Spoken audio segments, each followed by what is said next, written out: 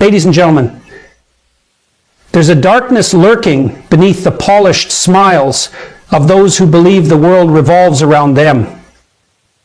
It isn't simply arrogance, it's a pathology, a deep-rooted psychological predator cloaked in charm. And if you don't recognize the signs, you won't just lose your time, you'll lose yourself. They don't merely believe they're superior, they assume it as if it's an immutable fact of nature. The narcissist walks through the world with the unshakable conviction that they are exceptional, above critique, above the rules, and certainly above you. But this conviction, this mask of dominance, is not the product of genuine self-worth. It's a brittle construct, a desperate psychological fortress built to guard the frightened child hiding inside, a child who was perhaps once humiliated, dismissed, or wounded in ways they never fully processed. So instead of confronting that pain, they crafted a new identity: invulnerable, grandiose, untouchable. They must be the best because the alternative is unbearable. This superiority complex isn't benign. It's not simply confidence taken too far. It's dangerous because it distorts reality. When a narcissist walks into a room, they don't see equals. They see tools, threats, or mirrors. You're useful to the extent that you reflect their greatness, or you're disposable. You are never seen for who you are. You're filtered through their need to dominate, to be the smartest, the most attractive, the most admired. And if your presence challenges that in any way, if you're competent, confident, or even just calmly self-assured, they will perceive you not as a person, but as a threat to their constructed identity. And threats must be neutralized. This is where the chilling part begins, because when their illusion of superiority is threatened, narcissists do not retreat into self-reflection or humility. They attack, sometimes with subtle sarcasm, sometimes with outright humiliation, sometimes with carefully orchestrated campaigns to destroy your reputation behind your back, all while maintaining their charming facade. They must win, not out of malice per se, but because losing would collapse their entire self-image. And make no mistake, this superiority is not driven by true strength. It's driven by fear.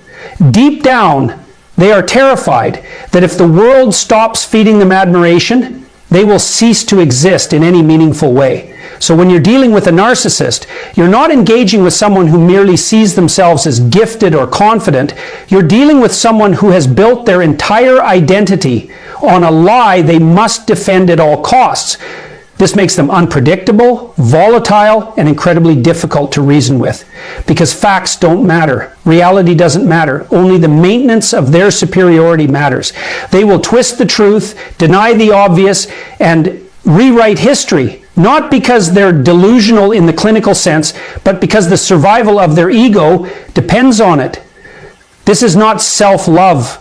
This is not high self-esteem. It is self-obsession, forged in shame. And it leaves destruction in its wake, in families, friendships, and relationships, because no one can breathe in the shadow of someone who refuses to acknowledge that others exist beyond the role of audience. A narcissist doesn't connect, they mimic.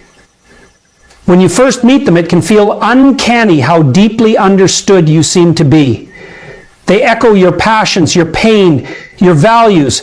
They finish your sentences. They share the same favorite books, the same traumas, the same dreams. It feels like fate, like you've finally met someone who gets you. But what you're actually experiencing isn't a soul-level bond. It's a calculated performance. Narcissists don't build relationships by revealing who they are. They construct a version of you and wear it like a mask, because they know that to control someone, you must first disarm them. And the most effective weapon is imitation. This weaponized mirroring is not just about flattery. It's psychological warfare dressed up as romance, friendship, or mentorship. They study you not out of curiosity, but out of strategy. What makes you light up? What are your wounds? What are your insecurities? They collect this information like an arsenal, and in the beginning they will use it to lift you up. You'll feel seen, appreciated, elevated. But once your trust is secured, once your defenses are down, the game changes. What they once praised, they begin to criticize. What they once shared, they now withhold. And the very traits that drew them to you become targets for manipulation. Their empathy is not real empathy. It's imitation empathy.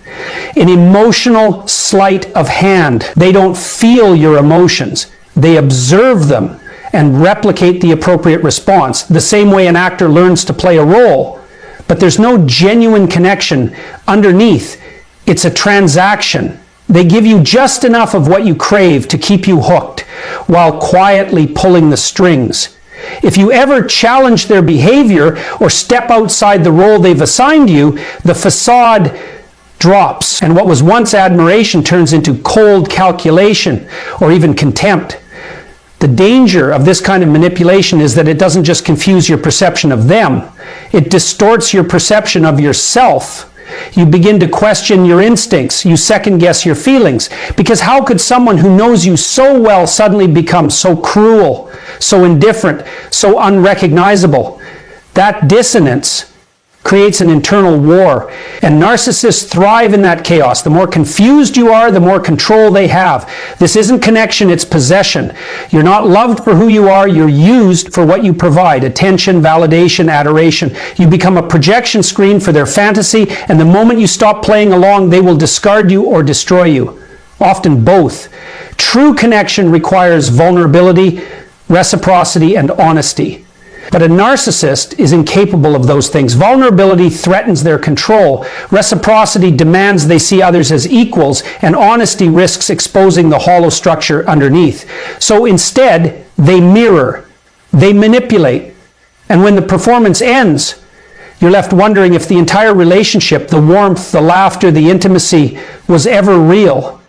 The brutal answer is, it wasn't. The control is the narcissist's primary obsession, but they rarely achieve it through brute force or overt domination. Instead, they operate like puppet masters, subtle, strategic, and disturbingly patient. They create chaos, not by accident, but by design, because in chaos they thrive. In confusion, they gain power. The more uncertain you become about reality, the more authority they have to define it for you. This is where gaslighting begins, not as an isolated behavior, but as part of a larger system of psychological control that unravels your sense of self, one distortion at a time. The narcissist doesn't just lie. They manipulate truth itself. They'll deny things they said 5 minutes ago. They'll revise history in real time. They'll contradict themselves in ways so blatant, so absurd, that your instinct is to assume you're the one who misunderstood. That's exactly what they want, because if they can make you question your memory, your perceptions, even your sanity, then they can insert themselves as the sole reliable narrator of your life. And when they succeed in doing this, they don't just control the relationship, they control you. It starts subtly. A dismissive tone when you express a concern. A sarcastic comment disguised as a joke. A passive-aggressive remark that leaves you wondering whether you're overreacting. And once they've started this, they confirm it. They disguise it with money, with power, and even with contracts. And they can keep doing this as the government realizes that it can profit by this sort of... But over time, this pattern escalates. You begin to anticipate their disapproval before you even speak. You rehearse conversations in your head, trying to phrase things just right to avoid triggering their unpredictable moods. Your world narrows. You become hyper-aware of their emotions and increasingly blind to your own. Narcissists don't want harmony. Harmony means balance. It means mutual respect. And they can't tolerate that because it threatens their control. So they provoke, then accuse you of being too sensitive. They withdraw affection without warning, then act confused when you express hurt. They sow seeds of doubt between you and others, isolating you slowly, so that the only version of truth you have left is the one they feed you. And if you ever begin to pull away, they often respond, not with reflection, but with escalation. love bombing you one moment, punishing you the next. This is not random emotional volatility. It's a cycle designed to keep you destabilized, to keep you apologizing, to keep you chasing the version of them that appeared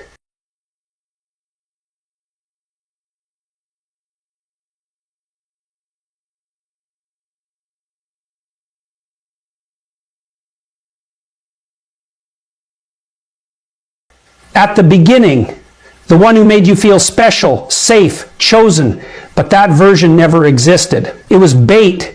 In this atmosphere of controlled chaos, your intuition dies a slow death. You stop trusting your gut. You stop speaking up. You become small, easier to manage, easier to manipulate, and the narcissist, now firmly in control, stands calmly at the center of the storm they created, pretending to be your savior from a confusion they themselves designed. This is the cruelty of narcissistic control. It doesn't break you all at once. It makes you break yourself, piece by piece, thought by thought, until you forget who you were before the storm began. Narcissists do not seek love. They seek admiration, and more specifically, they seek supply. This supply isn't affection in the normal sense. It's a steady stream of attention, validation, praise, and compliance that feeds their ego like oxygen feeds fire. They may use the language of love, they may perform acts of affection, but these gestures are transactional. They are not expressions of care. They are investments designed to secure a return. Your devotion, your worship, your emotional dependence. In the beginning, this can feel intoxicating. Narcissists know how to pour on admiration when it suits their purpose. They'll make you feel like the center of the universe, not because they truly see you, but because your adoration of them confirms their false image of superiority. As long as you play your part, as long as your attention remains fixed on them, uninterrupted, unquestioning, they'll reward you. They may even idealize you, placing you on a pedestal, showering you with attention. But this is not sustainable. The moment you express your own needs, assert your boundaries, or stop feeding their ego, the mask begins to slip. What follows is a cold withdrawal that can feel jarring. They become distant, irritated, even cruel. And when you reach out to understand what changed, they act burdened by your emotions, as if your very desire for connection is an inconvenience. This is the paradox of the narcissist. They demand your unwavering admiration, yet offer none in return. They feed off praise, yet starve you of the same. Your compliments become expected, routine.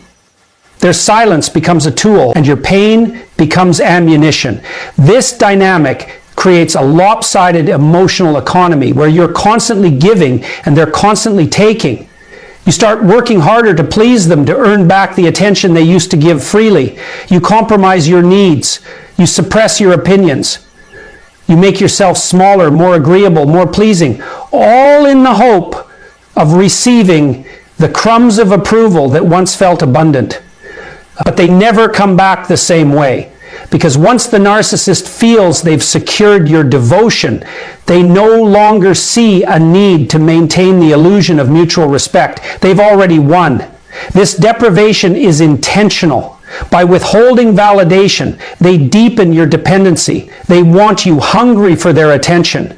They want you chasing the version of them that once made you feel alive. That way, they remain in control.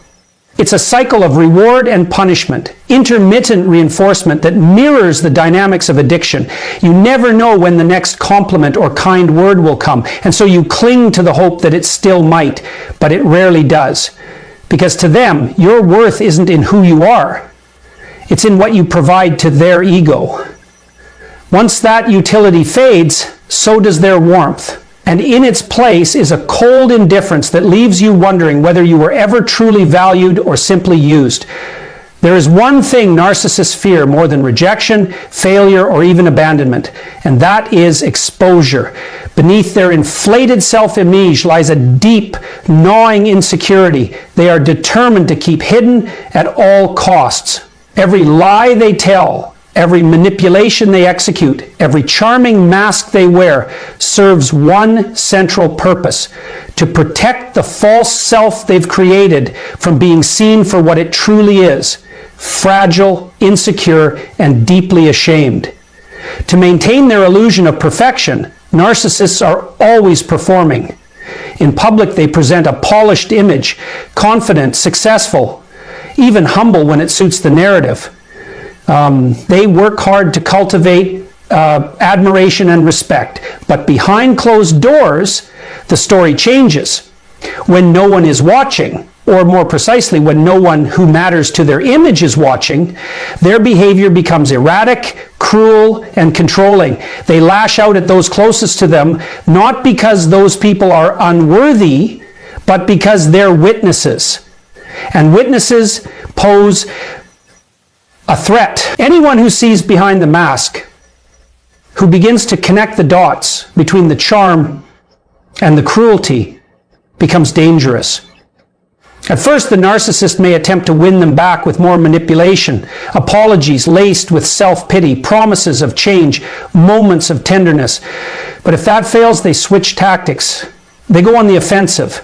They lie, smear, and defame. They spin a news story where they are the victim and you are the unstable one, the ungrateful one, the abuser. It's psychological warfare, and they are ruthless in waging it. This fear of being exposed drives them to preemptively destroy anyone who might threaten the narrative. Former partners, friends, even family members who step out of line are labeled toxic or crazy. They isolate you socially, planting seeds of doubt in others' minds while maintaining their role as the reasonable one. Their ability to maintain control hinges on this dual reality. They must be admired publicly while controlling the narrative privately. And the more you see, the more dangerous you become. They cannot tolerate real intimacy because true closeness risks being seen. Vulnerability, the cornerstone of authentic relationships, is terrifying to them. It requires honesty, and honesty could crack the fragile image they've spent their entire life defending. So instead of opening up, they deflect. Instead of admitting mistakes, they blame. Instead of accepting criticism, they rage or retreat. Every reaction is a defense mechanism designed to keep the truth buried. The tragedy is that the narcissist is not just hiding from the world, they are hiding from themselves. But in the process, they destroy the very connections that might have brought them healing. Anyone who sees their true self becomes a liability, not an ally. And so the mask must be protected, no matter the cost. Because exposure doesn't just threaten their ego, it threatens the entire illusion they've built to survive. The most terrifying thing about narcissistic abuse is not just the cruelty, it's the silence that surrounds it. These patterns don't just happen in isolation. They persist because they are hidden, minimized, and ignored. People don't speak up, often because they can't. They're too confused, too ashamed, or too traumatized to find the words. And that silence becomes the breeding ground for monsters. Because as long as no one names the behavior, it thrives. It becomes normalized, even justified. And the narcissist is left unchecked, free to continue the cycle with a new face, a new victim, a new stage. This silence is not accidental. It is often enforced by the narcissists themselves. They create an environment where speaking the truth feels dangerous. You fear you won't be believed. You fear being painted as unstable. You fear losing the relationships, the job, the family, or the social standing that surrounds the narcissist's carefully constructed image. They manipulate others to stay quiet, to doubt their instincts, to question their own experiences. And when that happens, the narcissist doesn't just win control, they erase reality. And once your reality has been rewritten, you become easier to manipulate, easier to discard, easier to forget. But the damage doesn't stop with the person being targeted. This silence ripples outward. Children raised in narcissistic homes learn to suppress their emotions to keep the peace. Partners learn to endure mistreatment, mistaking it for love. Friends, colleagues, and communities turn a blind eye because confronting the truth is too uncomfortable, too disruptive, so the abuse continues. Not because no one sees it, but because no one speaks it. Breaking that silence is the first act of rebellion. It is also the first step toward healing. Naming what you've experienced. Gaslighting, manipulation, emotional withholding, cruelty, gives shape to what felt invisible. It reclaims power from the person who stole it, and it sends a message. I see you. I will not be quiet. I will not carry your secrets any longer. Monsters do not exist because they are powerful. They exist because we let them hide. And the most insidious kind are not the ones who shout, but the ones who smile, who charm, who lie, who mask their cruelty in charisma. They depend on the silence of others to keep their image intact. They fear exposure because exposure is their undoing. If you've witnessed these patterns in someone else, or worse, in yourself, the time to speak is now. Not out of vengeance, but out of truth. Because truth disrupts the lie. It cracks the facade. It forces what was hidden into the light. And in that light, the narcissist's power begins to dissolve. Silence allows monsters to walk free. Speaking is not just survival. It is resistance, it is justice, and above all, it is freedom.